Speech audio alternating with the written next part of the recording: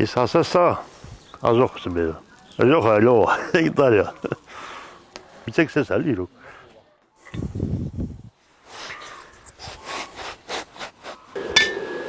Ստեփան Հայրապետովը Հադրութի շրջանի Ազող գյուղից Հայաստանը տեղահանվել 2023 թվականի հոկտեմբերի սկզբին։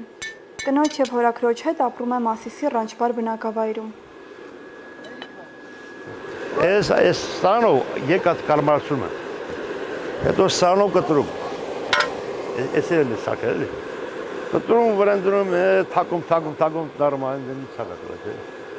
Շատ ջանջապեն է, սա դժվար հարց է, դե չիմանաք դա էշը։ 1992 թվականին Ստեփանը պատերազմում վիրավորվել է, կորցնելով աջ դաստակն ու ձախ աչքը։ Չնայած ֆիզիկական սահմանափակմանը, շարունակել է դարբնություն անել։ Ժամանակակից պրոթեզ չունի։ Իր ձեռքով կաշվե հարմարանք է պատրաստել գործը շարունակելու համար։ Արդեն սովոր եմ։ Բայց հա, եթե գցում ես կարակը մեկի հանում ես, դնում ստեղ, մեկը նոր ես տան գցում, որտեղ մի դարդա։ Սա արդեն ինչ անեմ, սովոր եմ էլի։ Իմ գործը դեմը շոչ են էլի, կուզնեց։ Շատ դժվար գործ է մի ձեռանի բապշե էլի, շոպանյատում ես։ Բա ո՞նց է կարել։ Դե բան եմ սարքել կամաց, ես սովոր եմ էլի, ոնց որ։ Դե չակուշքսես կամաց, են ցավ տալավ, սպանելով էլի, ոնց բացակեմ, մի ձեռանի որ սավ որ է, շոպանյատն է։ Ամար ժառանգան բարականում։ Իմ պապը ստենց է, այն հայ, հետո իրեն տաղան, հետո ես։ Ստեփանի կինը վերջերս է վիրահատվել, այժմ վերականգնողական փուլում է, աշխատել չի կարող, նախքան վիրահատությունը Ռանչպարի դպրոցում հավաքարար էր։